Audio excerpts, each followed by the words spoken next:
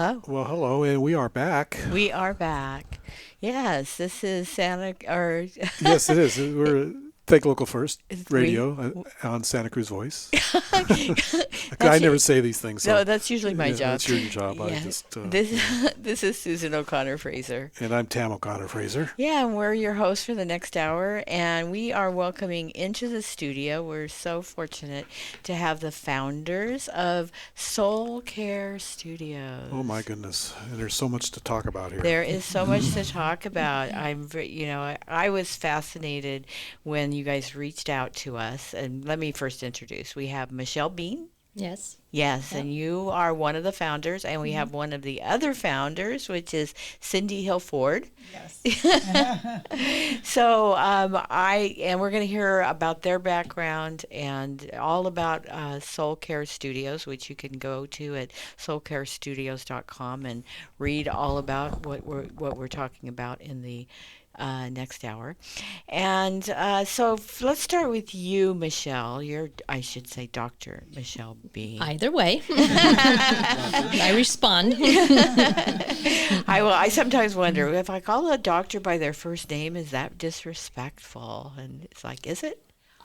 I don't find it disrespectful. Okay. I think we use the word doctor. For me, when I see and hear the word doctor, I think educator. That's what it means. And so for me, it's less of a title and more of like a position or role Okay. that I like to play. So it's, yeah, but I respond to Michelle and Dr. Bean also, and I but feel, I'm not. I figure you went to school to earn that. Yeah. You know. There's a lot of school behind that title. That's true. So tell us tell us about your journey. How did you get become one of the founders of From there to here. from there to here? Good idea. Well, I'm a chiropractor. I went to chiropractic school, and so the doctor is a doctor of chiropractic. And I went to chiropractic school because I want to help people. One of my favorite jobs as a child was a courtesy clerk. Ah. And I still remember it today because it's a service. Right. And I feel that I am naturally service oriented. And after graduating from my undergrad in biology, I got a job at the histology department in the hospital, which is the study of tissue. So people would go into a hospital and have either a biopsy or part of an organ removed, and for the purpose of studying the tissue.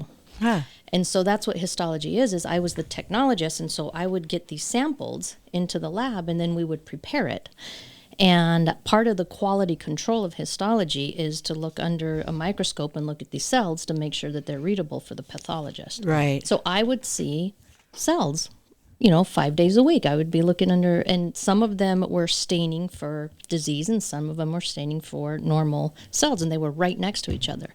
And so the curiosity in my mind is like, why is this happening? So I wanted to go on to medical school so that I could get on the other side of that before they go in, Right. before that's happening. So, but my inquiry was always, why is this happening? Why can't I see it right here in front of my eyes? That they stain differently. That's a physiological process. Right. So I was looking at medical school and decided that instead of pharmacology, I wanted to go into neurology, and that's where the chiropractic came up. Ah. So I became a chiropractor, and a lot of our studies are around the nervous system and physiology, anatomy and physiology. Right. And We're that's the- firm believers in Oh, yeah. chiropractic. Yeah. For years, since, Yeah. since our teens. Yeah, Oh, yeah. probably. So you became a chiropractor, and when did you decide that Soul Care was you're gonna start this? So Soulcare Studios, Cindy and I went to, and Lita, just Dr. Lita, who is a third co-founder, we went to Naropa psychedelic studies together. Ah. And that's when our friendship began to really deepen and flourish. And the goal for me personally, the reason I went to the psychedelic assisted therapy facilitator program at Naropa in Colorado is because I feel like there's different entry points. As a chiropractor, I do focus on the body, but there's also the mental health, so I adjust people. I see people who are in pain, And the idea is how much of that is structural, how much of that can I correct through my adjustment, how much of it is physiology, which is where functional medicine comes in for me, and how much of it is mental, which is where ketamine or psychedelic therapy comes in for me. And so Cindy and I were, Cindy's going to tell you her story, which is fantastic. It's fabulous. But we were just shooting around these ideas of like, what, there's so many entry points into the health wheel. Mm-hmm. People need different things, and I can provide some of them, but I can't provide all of them. Right. But having a center where people can come and find, some people don't even know what their entry point is. Right. That's part of it. It's like, I don't know where to begin. And some people are like, I'm looking specifically for A or B. So we can't provide everything, but we're doing we're doing a lot. Yeah. We're definitely trying. But that was the early talking points for being a part of Soulcare Studios. Is I've always felt that there's many different ways that people can use help, for health, and there is a health wheel. There's different aspects of it. So for me, that was it. It's like, I'm already doing 3 of these, and Cindy wanted to do 20 more. Just kidding. Probably not. As a studio, have an opportunity for people to go to one place as opposed to 20 different places. Right. To find where a good entry point would be for them. And what we were talking about earlier in the week is that sometimes people think that this is the answer, and but through what you guys do, you find out that it's maybe not, or maybe it's only part of what that person needs. And fortunately, they can look at other services or programs that you have, and maybe and find those, and be able to take care of those other needs that you do. Absolutely, through education. Which is a big part of what we're doing, is through education, people can start to realize, or notice like what they do need, or through certain conversations or consultations. It's like maybe they're right on point. This is what you need, right. But if you don't know, it's like, let's have a conversation. Let's figure out what's underneath, whatever issues or symptoms are, and we can start to point you in what seems like would be a good path. So what's your story, Cindy? She says yours is fascinating. And I like Cindy's story. So tell me, Cindy, give me the lowdown. I'll give you the brief lowdown. But first, with your definition of doctor, I'm going to give myself an honorary doctorate. If we're educators. Dr. Hillford. Yeah, there we go. But in reality, I'm a retired marriage and family therapist. Okay. So I was licensed for over 25 years, and my work was focused in urban settings, primarily in Oakland and in Richmond, where we would work at the intersection of racism, poverty, and community violence. And so taking mental health services into that particular intersection, in supporting those impacted in a very specialized way, where they can relate to being able to feel supported rather than feel judged, was our focus, and my focus specifically. So I did that for obviously for 20 plus years, and also I had a private practice on the side because community mental health didn't pay the bills living in the San Francisco Bay Area and trying to raise kids. Yeah. So, but also traditional psychotherapy was limiting.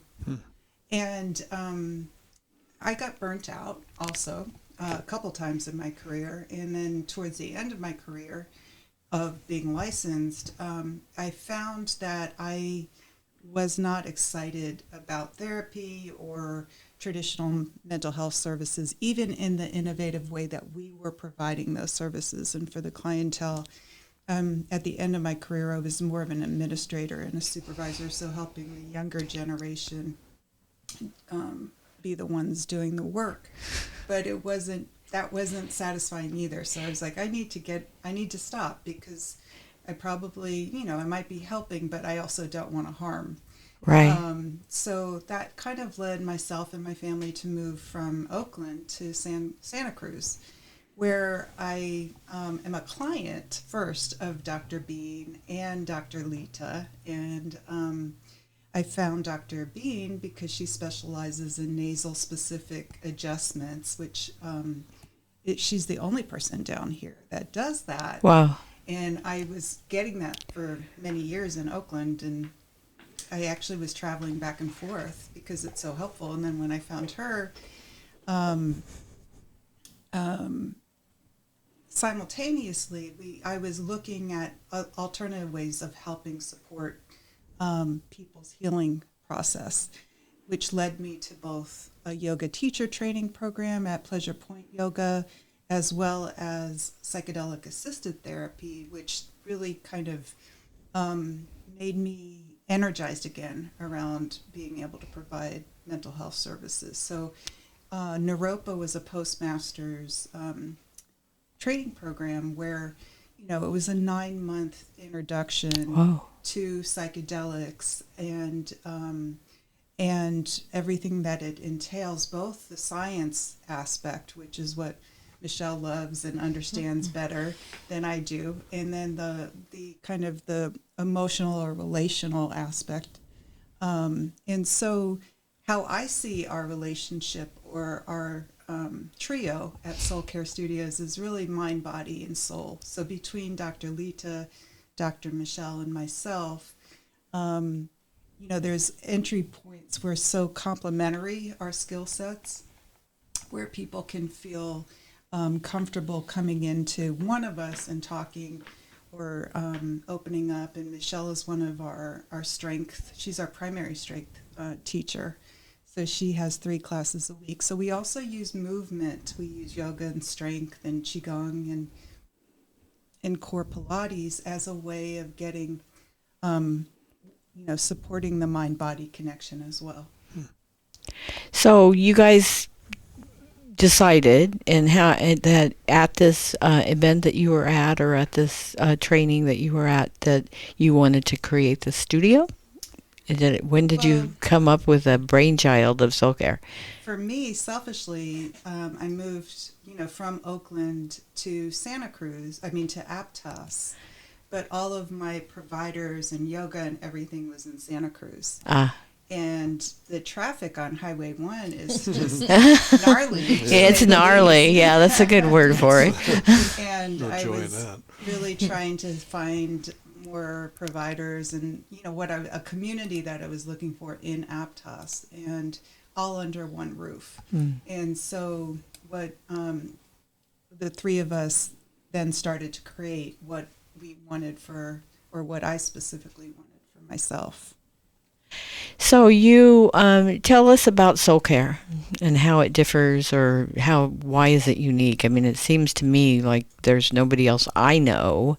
Tam and I both have a chiropractor, but that's all he does is but he's also a miracle worker in the area. Dr. Arthur, we love Dr. Arthur. And Dr. Arthur was our very first chiropractor when we moved to Santa Cruz. Now we're at Crane.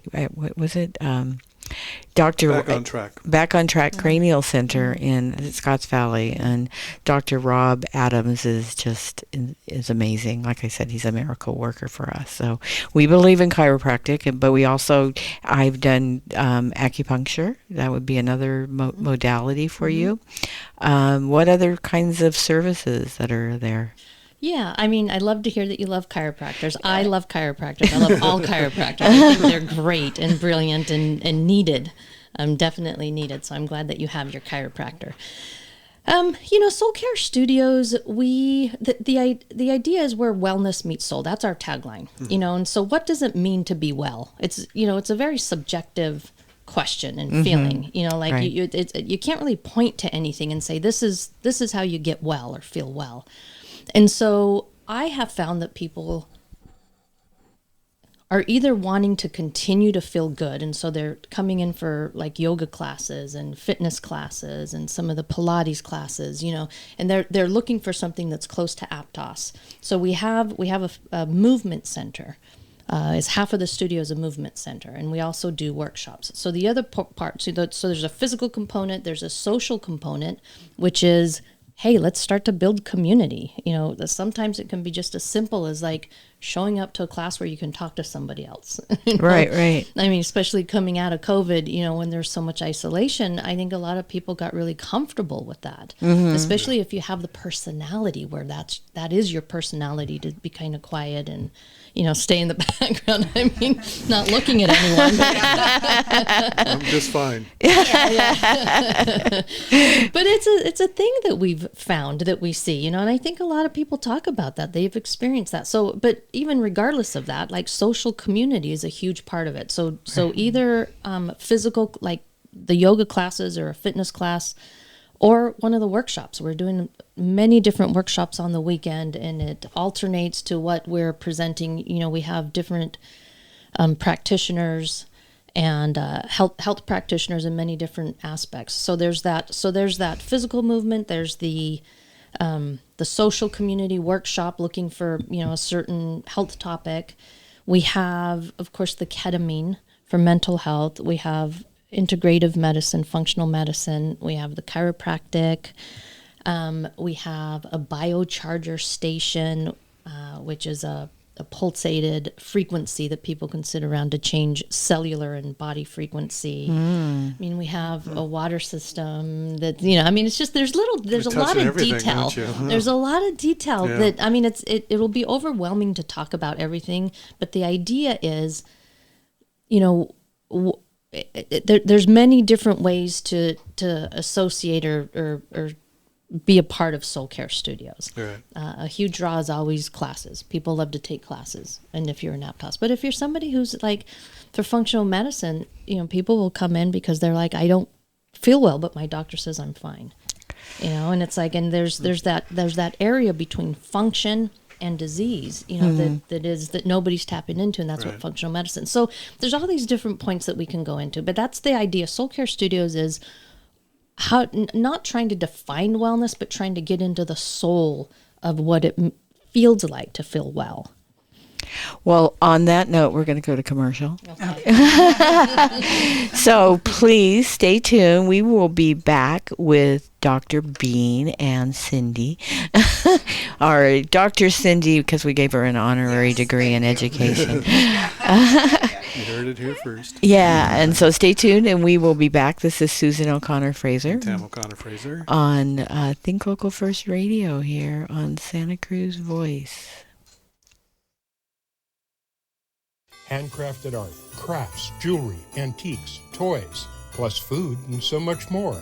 The Holiday Craft and Gift Fair returns just in time for unique shopping this Friday and Saturday, noon till 9 p.m. at the Santa Cruz County Fairgrounds. Your gift fair admission allows you to walk through Sparky's holiday lights each evening. The Holiday Craft and Gift Fair this Friday and Saturday at the fairgrounds. Information and tickets available at fairgrounds-foundation.org.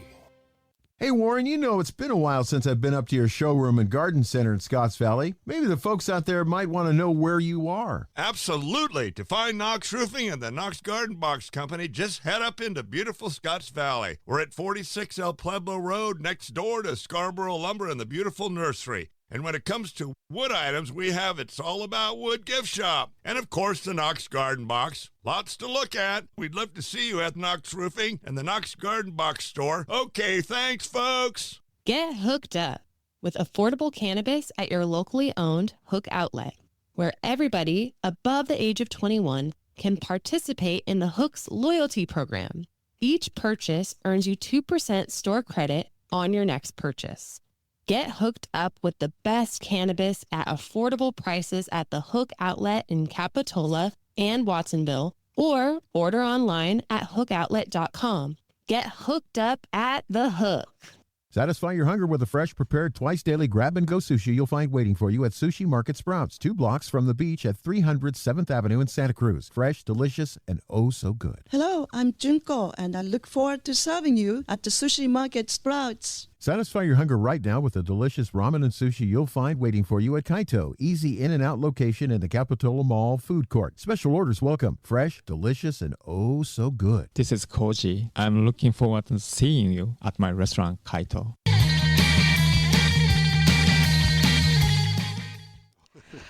And we are back. Yeah, that was short. Yeah, that was quick. Well, we were sitting here talking off I air. know. Okay. I know, but that was What do I like a got? short music thing going on here. Oh, sorry. I was going to work on that. Yeah, you thanks a lot. So we are in the studio with two of the three founders of Soulcare Studios in Aptos, and you talked a lot about movement in the last section, but there's also the whole. I mean, that's it feels physical, but it obviously affects the whole person. But there's a lot of mental health services or therapy that you do there as well. Cindy, tell us a little bit more about that, because again, this is Dr. Michelle Bean and Cindy Hill-Ford from Soulcare Studios. So Cindy, give us the lowdown on some of those services. Yeah, thanks so much. And it's an exciting time mental health wise at Soulcare Studios because we're launching our new clinical team this weekend. On Sunday, we have a free workshop around staying grounded in the holidays from 3 to 5, which will give tips and tricks on how to handle challenging conversations or how to support yourself when you want to avoid other conversations and so forth. Plenty of other things. And our clinical team consists of Michelle Shelley Laplace Watts from Oakland. She's our clinical supervisor, and she is a licensed marriage and family therapist, trauma expert, and among other things. We have Alicia Slaughter and Caitlin Herbert, and Caitlin is a art therapist, and Alicia is a somatic therapist. So the opportunity to be able to utilize these women with their specialties and ways of supporting trauma releases and helping tap into different aspects of the self that isn't necessarily traditional talk therapy. Right. I mean, of course, we're talking, but they're also skilled at being able to utilize lots of other avenues to get to places that are, are hard for us to get to, just like using psychedelics. And we can share a little bit more about the science behind psychedelics, but ketamine-assisted therapy allows for people who have been struggling with complex long-term depression or anxiety, even OCD, PTSD, other of those initials, get some relief from themselves and their automatic responses to how they're responding naturally to a stressor or depressive episode. So you get a little break from that through your brain chemistry, through ketamine, and it allows for the participant to look at things differently, try things differently, and have an opportunity to really practice those skills through an intention. Michelle, did you want to tell us a little bit more about the science behind ketamine? Sure. Is there a particular question or? Cindy's going to do my job today. Well, it's kind of It's working out. okay. It's okay. It's okay for me. It's going to handle your own hour here. I'll just leave now. We got it. We'll get in our car and Tune in. So, yes, tell us about the science, because I think for me, the first time I heard about ketamine, and not that I'm, totally ignorant about drugs, but was of course Matt Perry. Matt Perry, and that he overdosed, and and part of I guess he was on ketamine trying to stay clean from other drugs. So it kind of comes to you as more of a negative, and then I know that I have friends that are I tell them, that I get help with sleep through cannabis, and I did. They are very old fashioned, even though they might, be heavy drinkers, and that's how they go to sleep at night. I was like, okay, but so how? Tell me about ketamine, because again, there's probably people in our audience that think badly of it. Sure. I'm really glad that you brought that up because, yeah, Matthew Perry and his medical team are in the news right now. Right. And they are being indicted and charged with pretty serious crimes. What I would say about ketamine is ketamine influences neural pathways in the brain. So we have receptors, and receptors is part of the brain that receives a signal. And so that's what receptors are in the brain. And ketamine has been used in surgeries as an Anesthetic. Anesthetic, thank you, for a very long time. So we know at high doses it can really have a dissociative effect. That's what it's designed to do. Right. As a therapy, it's designed. It's designed to go lower dose than you would in like a surgery situation, Right? And it's very controlled. We have a medical team. So the idea with what happened to Matthew Perry is no one was taking care of him. Right. He was paying a lot of money to get a lot of ketamine, and nobody was overseeing it. And it's dangerous in that regards, And so that is a big warning for people. It's like trying to do ketamine on your own at home is not a good idea. And I stand behind that statement. I love the way that a lot of centers are doing it, including Soulcare Studios, is where we have a medical team. We have a proper medical evaluation for every person, every participant who wants to be a part of the therapy. And then you have 2 or 3 facilitators that are involved in this, and so we're setting up a safe environment with safe dosing and safe medical evaluation so that people can experience the benefits of ketamine and not have to worry about basically overdosing. Right. So at low doses, go ahead. In addition to the medical evaluation, what we also do is just an overview intake for to get to know the participants ahead of time, and we talk a lot about set and setting and intention on what brings them here. But we also want to learn about their past histories and potential traumas or anything that might impact their experience so that we can best support them through anything challenging, because challenging things come up and ketamine allows for some distance that you can kind of move through it a little bit, not differently, but a little bit easier. So are they taking the ketamine in the studio and then you're observing and walking them through some kind of a talk therapy tell me about it. I'll tell you how it works. I'll tell you what we do know. What we do know is in science, we know that the brain is malleable. It's plastic. It's changeable. So we can change the brain. There's different ways to do that. It's, there's therapy as a part of it, and physical movement is a part of it, and, cognitive behavioral therapy is a part of it. There's many different ways to change the brain. The quickest way to do it is to get into the synapses of the brain, to build new neural pathways in a short amount of time. And that's what ketamine does. Ketamine goes into the brain and it helps mold the brain. If you set up a proper mind, so when we talk about set and setting, we're talking about mindset and environment setting. So if you set up the proper setting by having an intention, controlling your thoughts in the sense of like having goals, having a reason why you want to go in and have this experience.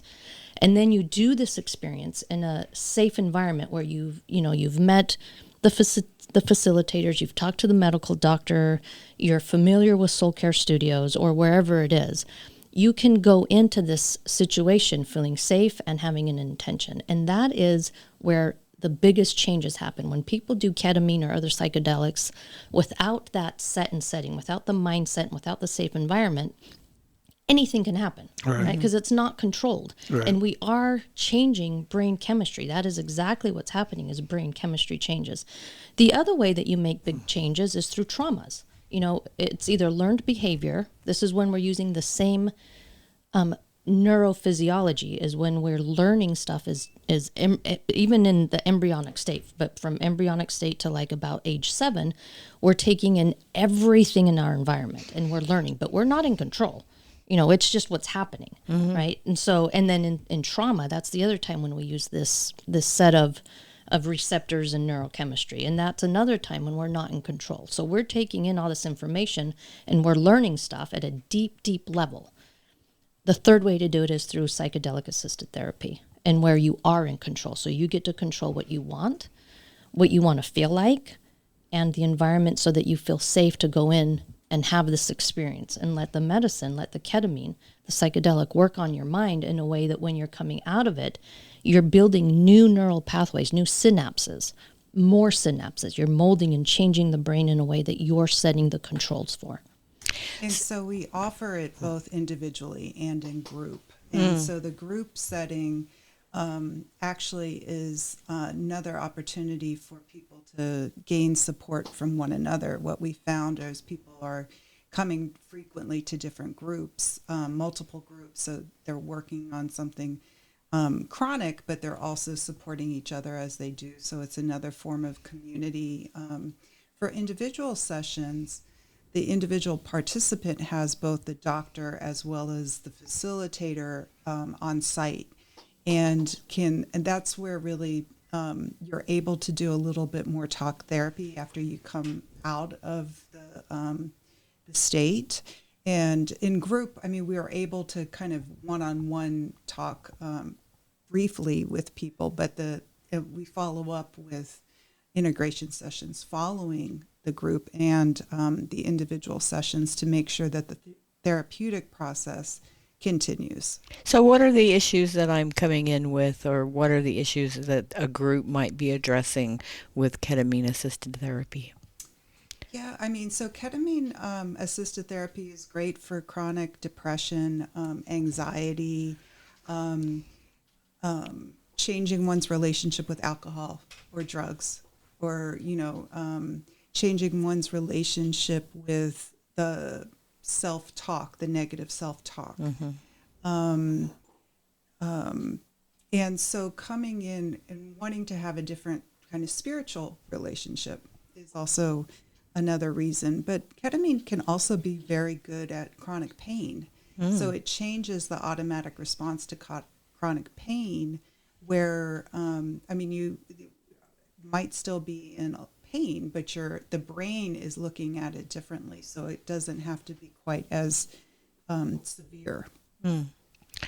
So is there a difference between the ketamine-assisted therapy and the psychedelics? Are those different drugs or compounds that you're using? Ketamine's considered a psychedelic. Okay. Some of the classic psychedelics are things like psilocybin, LSD, peyote, mescaline. Right. Those are the classic. Ketamine is not considered a classic psychedelic, but a psychedelic in its own right, because it goes in there and changes these patterns in the brain, and then the subjective feeling of what that is. So it is considered. It's they use the different types of psychedelics use different receptors in the brain, but they are all increasing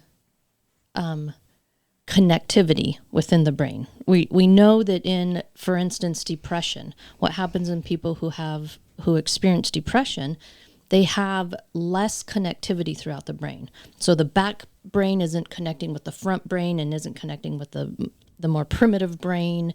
There's just less connection. And so what the psychedelics do, whether it's ketamine or another psychedelic, it goes in there and it opens up these connections. So now the different parts of the brain are more able to talk to each other. And this happens, in an hour time, or, with other psychedelics, which are longer. It can be 6 hours for something like psilocybin, or 12 hours for something like peyote. Is this microdosing is used? How do you dose it? That's a really good question. We are not doing microdosing specifically in ketamine, but it is available.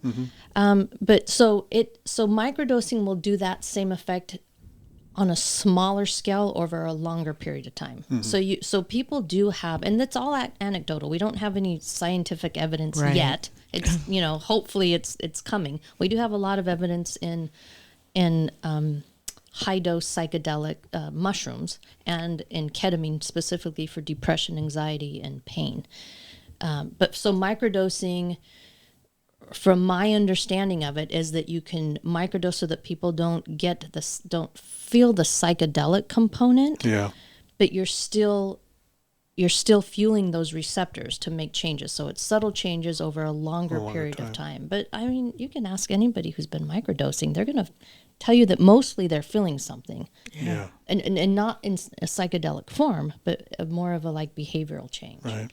Yeah, I mean, it seems like that's a big thing, right? Or you hear about that a lot of engineers or people in Silicon Valley that are doing microdosing. Yeah, and I always was afraid that I'd have a bad trip if I did LSD, so I never did that. Tried a lot of stuff over the years, but that was not on the list. That one didn't make the cut. That one didn't make the cut, and it was all, because you'd hear about bad trips, or that all of a sudden, weeks, months, or whatever later, you'd have some kind of a experience to it. It's like, I don't like that. I like to have control.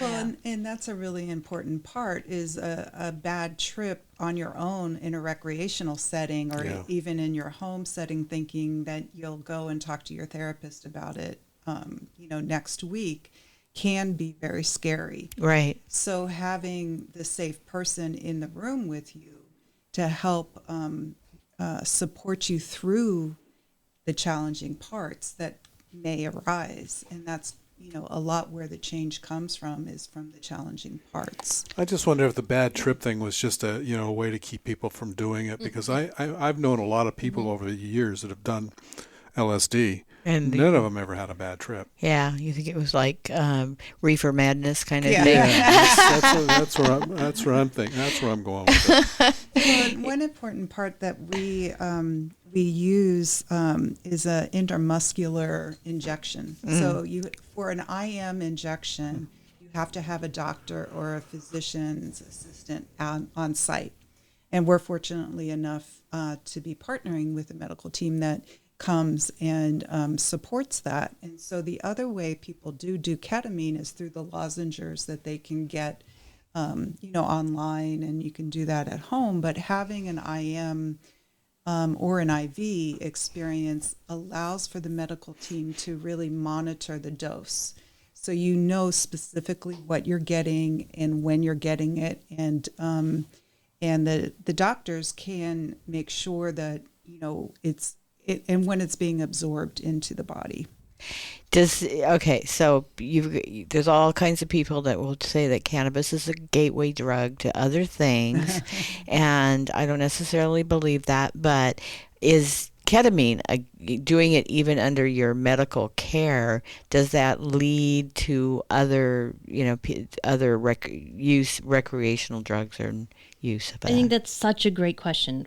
I'll say, for cannabis, before it became popularized and and medicalized, it's a plant. It's a plant medicine. It's grown on the earth, in the earth, under the sun, and it has been used for, as far back as we can even document. Right. So it's plant medicine, just like an herb. It's considered an herb. Right. So a gateway drug, I think that's more behavioral rather than substance. Anyone who was going to have a behavioral issue can have a behavioral issue on anything. Right. I will say that psychedelics are hard to want to do over and over and over again. Really? If you're getting a high enough dose, it doesn't have a physical addictive properties to ketamine or to psychedelics. There's no physical, and we're also noticing that most people don't want to do it over and over and over again. You don't want to continue to have these psychedelic experience, as beautiful as they can be. Yeah. Like I've had two really amazing psychedelic experiences, one with psilocybin and another one with peyote, that saved my life, changed my life. Wow. Interesting. But I'm not running out trying to do it again. Yeah. It's a big enough experience and meaningful, like life-changing and meaningful, that I'm not running out trying to do it again. And I see that and hear that that's people's experience. Yeah. You don't want to have a psychedelic psychedelic experience every night. You Right. just don't. Yeah, makes sense. Well, we're going to go to our second break. Yeah.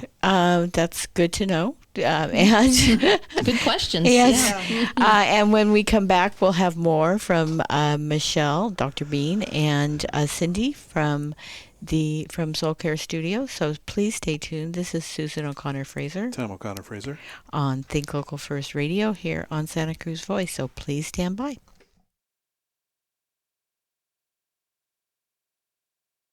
Cannabis is one of nature's most beneficial plants, and at Treehouse Dispensary, we use it to build community. In addition to dispensing cannabis and education, Treehouse hosts First Friday events every month that feature our community's local artists, makers, and activists. If you're 21 plus, join us at 3651 Soquel Drive every First Friday from 5 to 8 p.m. to enjoy the work of local artists and musicians, find one-of-a-kind gifts, and learn more about the top cannabis products in California. See you soon!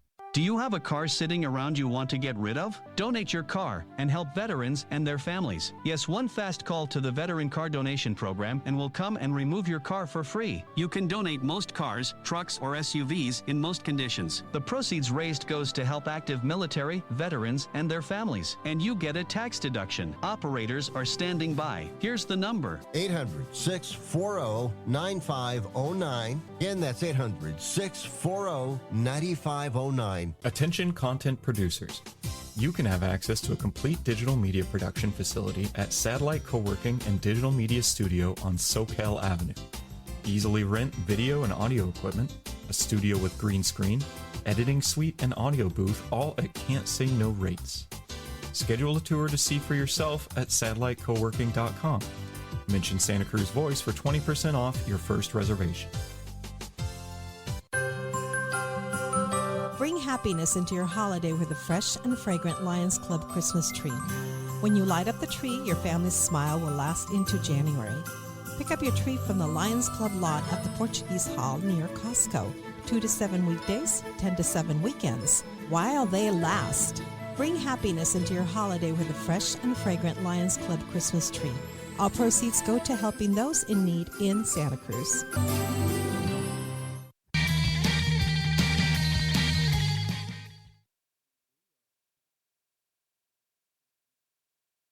We got to bring your audio up. Fix. Okay. Yeah, you gave us another little short cue there, and boom, the music's gone, and we can't figure out what we're going to do in the next block. Figure it out.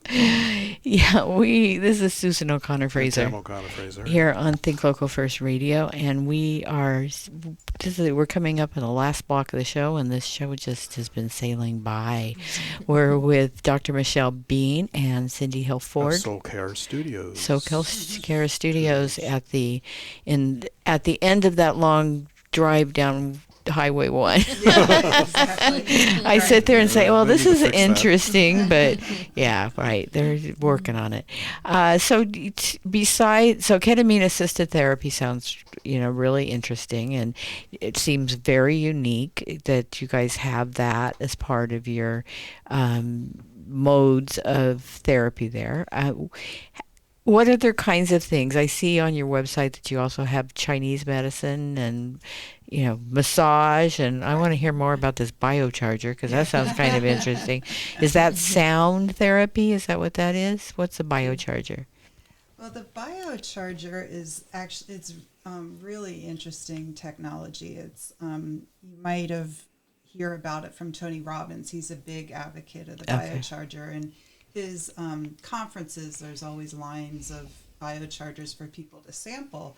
But what it does is it has these Tesla coils in addition to the EMF, the magnetic frequencies and light and sound. And the way that they have programmed all of these frequencies can support cellular change on just by sitting around it. And so it's an interesting, we pull it out for different community events, and people gather around the biocharger, like it's a campfire. You get to know people, and you're talking, you're making friends. You're not making s'mores, though. Yeah, no s'mores. But you're changing on a cellular level. So it can work on things that we all need with inflammation reduction, immune support, and so forth. It can also work on a spiritual level, chakra balancing, aura cleanse, deep insight, and it can be programmed for support around cancer treatments, chemotherapy, Lyme disease. We have people coming in for Lyme disease. We have naturopaths that are referring their clients to come in and have a protocol, a biocharger, before they come in and work with their naturopath, because it's such a complementary technology that can allow the work that the naturopath or the chiropractor does for Michelle's clients to reduce inflammation as much as possible before they get to her table, can make her treatment even more effective. I mean, I could see it working with massage and all these other things as well. Right. And so with massage and Reiki, we have Jessica McCord, which is she is our Reiki master, and she's just a beautiful, amazing person who has also infused Reiki into her yoga class on Monday mornings. So she does a yoga infused Reiki class, which means that she Reikis the room, and she does a little Reiki if people are interested at the end during Shavasana. But her sessions are so powerful. I don't quite understand everything that it does, but my whole family goes, and anybody who comes in for a visit has a session with her and walks out changed. Right. And so just moving the energy, supporting the release of energy in different ways. When I have been when I'm overthinking or overstressed, she can feel my head and be like, "Oh, whoa, you've got a lot going on up there." And, right. So she puts extra attention there, and I do feel changed when I'm done with her. And Julia George, our massage therapist, is also equally talented. And we tend to run specials. Like right now, we have a 20% off special for educators, trying to support our educators, our teachers, and often the teachers are the ones that are doing all the support for everybody else. Right. And trying to give them a little TLC. We have some new services coming in January that are very exciting, including we have a new esthetician that's coming on board with a sustainable skincare line that is based from in South Africa and is in Europe and Paris, and the owner is in Aptos, and Rachel Nye. And so she's bringing it to Soulcare, and we are fortunate to be able to help, spearhead her her Santa Cruz County, Monterey introduction, as well as starting to do some IV injections and vitamin injections and IV bags that can support the functional medicines protocols that Dr. Bean can come up with as she's doing the extensive testing to help support, to see what's underneath, what's happening for people and needing a detox. Or did you want to talk a little bit about how you come up with your... I am interested. If I came in and said, I'm just not feeling well, and I'm so tired. I just can't. Those things that like you were saying, the doctor says you're fine. Yeah. We did the blood test. Right. There's nothing wrong with you, and you're okay, and you're going, no, I'm not okay. I hear that so many times. Almost every person who's come in to see me for functional medicine says that I went to my doctor because I don't feel fine, and it's usually some kind of a fatigue, energy levels, can't lose weight, sometimes just like mood swings. I mean, and just a general, I don't feel good. Right. My stomach, I'm not processing my food very well, or I'm not hungry, or I'm eating too much, or I can, it runs the gamut. Not feeling well can mean a lot of different things, but there's a lot of people who don't feel well and they're not getting answers. And so The functional medicine approach or the integrative approach is what we do is like I can give very general protocols for people, or I can give very specific protocols for people. And the way that we get specific and personalized is to do testing. So I will do a lab test, and I use some of the tests that most medical doctors will also test for, but I have probably about 15 to 20 additional ones. But I read, the thing that differentiates this type of work is that I read it differently. I'm looking for the dysfunction, not the disease. Once Right. there's a disease process, you can put a stamp on it, and you get, it's like, okay, now that makes sense why I don't feel well. But you'll get medicated as opposed to, trying to get to the underlying cause. Right. What I do is I look for the dysfunction. We look for different patterns in the blood work. We look for physiology. We look at the immune system. We look at inflammation. We look at the gut, the adrenals, Right. like the whole 9 yards. And where is the dysfunction coming from? First and foremost, like where's it coming from? And then we can get very targeted on that. If we need to do additional testing, we can look at the adrenals, we can look at the gut, we can look at metabolism. There's a lot of individuals who I've tested for this special test whose metabolism is just broken. You can't metabolize properly. And if you don't metabolize properly, you can't get energy. That's the whole purpose of metabolism, is to produce energy. And if you're not producing energy, you're not going to feel well. Now, when you're doing your testing, I mean, are there situations where a doctor might have missed something and you pick something up that that somebody does have a medical issue that they're not that And they we don't have find? only about 2.5 minutes left. Okay, I can be quick, and I would say yes, autoimmune conditions are a big one. Thyroid is a big one, and it's because most medical doctors, and I'm not knocking medical doctors at all. They do in what they're But they trained, miss. They miss. and I've used them. My family uses them. Right. I highly respect and appreciate them.